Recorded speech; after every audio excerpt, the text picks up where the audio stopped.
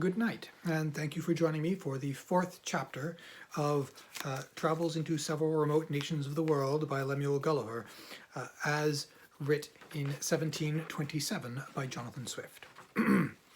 Chapter 4, in which Midendo, the metropolis of Lilliput, is described, together with the Emperor's palace, a conversation between the author and a principal secretary concerning the affairs of that empire, the author's offers to serve the emperor in his wars. The first request I made, after I had obtained my liberty, was that I might have license to see Midendo, the metropolis, which the emperor easily granted me, but with a special charge to do no hurt either to the inhabitants or their houses. The people had noticed by proclamation of my design to visit the town. The wall which encompassed it is 2 feet and a half high, and at least 11 inches broad, so that a coach and horses may be driven very safely around it, and it is flanked with strong towers at 10-foot distance. I stepped over the great western gate, and passed very gently and sidling through the 2 principal streets, only in my short waistcoat for fear of damaging the roofs and eaves of the houses with the skirts of my coat.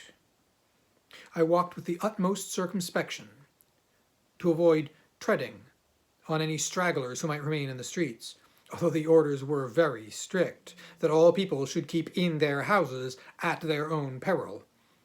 The garret windows and tops of houses were so crowded with spectators that I thought in all my travels I had not seen a more populous place.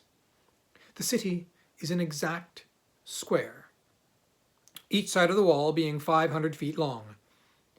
The 2 great streets which run across and divide it into 4 quarters are 5 feet wide.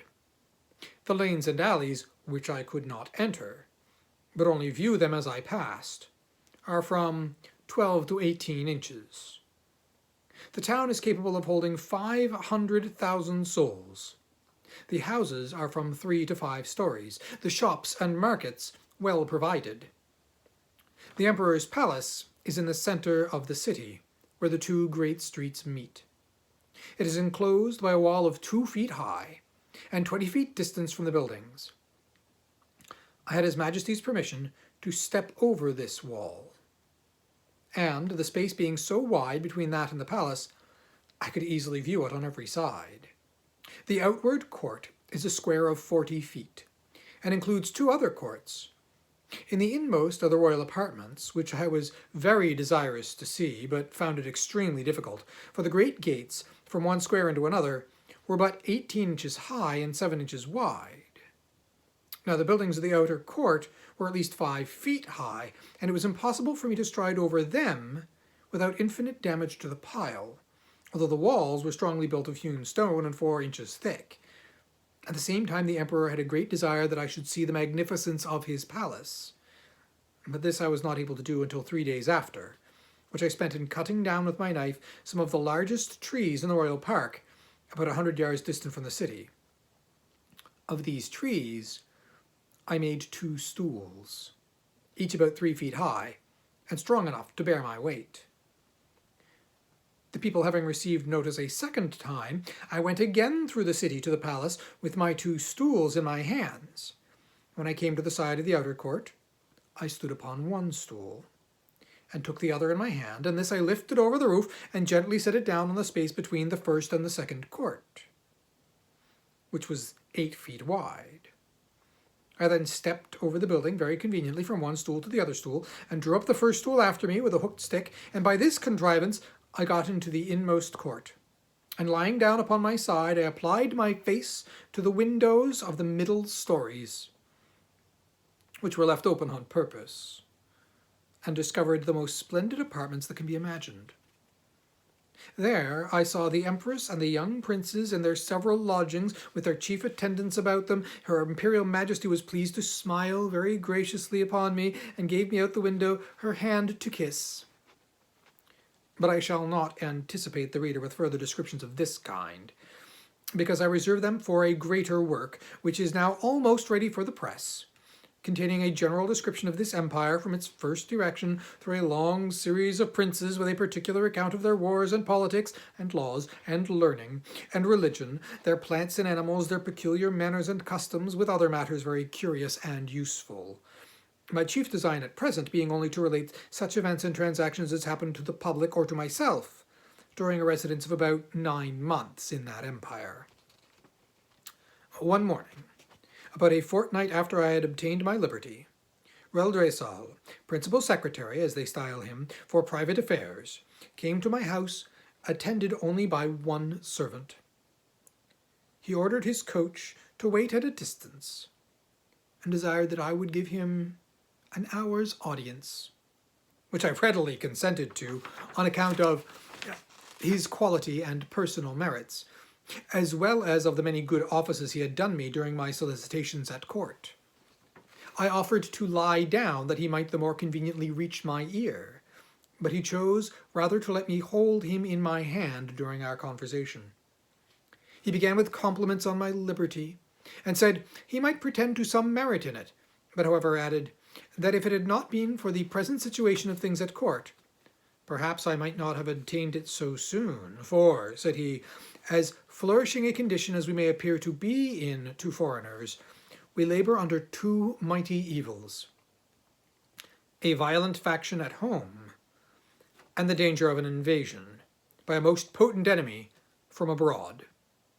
As to the first, you are to understand that for about 70 moons past there have been two struggling parties in this empire under the names Trakmeksan and Slemeksan, from the high and low heels of their shoes, by which they distinguish themselves. It is alleged, indeed, that the high heels are most agreeable to our ancient constitution, but however this be, His Majesty has determined to make use of only low heels in the administration of the government, and all offices in the gift of the crown, as you cannot but observe, and particularly His Majesty's imperial heels are lower at least by a drur than any of his court. A drur is a measure about the 14th part of an inch. The animosities between these two parties run so high that they will neither eat, nor drink, nor talk with each other. We compute the Trakmasan, or high heels, to exceed us in number, but the power is wholly on our side. We apprehend His Imperial Highness, the heir to the crown, to have some tendency toward the high heels. At least, we can plainly discover that one of his heels is higher than the other, which gives him a hobble in his gait. Now, in the midst of these intestine disquiets, we are threatened with an invasion from the island of Blefuscu, which is the other great empire of the universe, almost as large and powerful as this of His Majesty. For as to what we have heard you affirm, that there are other kingdoms and states in the world inhabited by human creatures as large as yourself, our philosophers are very much in doubt, and would rather conjecture that you dropped from the moon, or one of the stars, because it is certain that 100 mortals of your bulk would in short time destroy all the fruits and cattle of all His Majesty's dominions. And besides, our histories of 6,000 moons make no mention of any other regions than the two great empires of Lilliput and Blefuscu, which two mighty powers have, as I was going to tell you, been engaged in a most obstinate war for 36 moons past. It began upon the following occasions. You see, it is allowed on all hands that the primitive way of breaking eggs before we eat them was upon the larger end. But His Present Majesty's grandfather, while he was a boy, going to beat an egg and breaking it according to the ancient practice, happened to cut one of his fingers. Whereupon the emperor, his father, published an edict commanding all his subjects upon great penalties to break the smaller end of their eggs. The people so highly resented this law that our histories tell us there have been 6 rebellions raised on that account, wherein one emperor lost his life, and another his crown. These civil commotions were constantly fermented by the monarchs of Blefuscu, and when they were quelled, the exiles always fled for refuge to that empire. It is computed that 11,000 persons have at several times suffered death rather than submit to break their eggs at the smaller end. Many hundred large volumes have been published upon this controversy, but the books of the Big Endians have long been forbidden. and the whole party rendered inescapable by law of holding employments. During the course of these troubles, the emperors of Blefusca did frequently postulate by their ambassadors, accusing us of making a schism in religion by offending against a fundamental doctrine of our great prophet, Lustrog, in the 54th chapter of the Blundrekral, which is their Alorcan. This, however, is thought to be a mere strain upon the text, for the words are these, that all true believers break their eggs at the convenient end. And which is the convenient end seems, in my humble opinion, to be left to every man's conscience, or at least in the power of the chief magistrate to determine. Now, the Big Endian exiles have found so much credit in the Emperor of Blefuscu's court, and so much private assistance and encouragement from their party here at home, that a bloody war has been carried on between the two empires for 36 moons, with various successes, during which time we have lost 40 capital ships and a much greater number of smaller vessels, together with 30,000 of our best seamen and soldiers, and the damage received by the enemy is reckoned to be somewhat even greater than ours. However, they have now equipped a numerous fleet, and are just preparing to make a descent upon us. And His Imperial Majesty, placing great confidence in your valor and strength, has commanded me to lay this account of his affairs before you.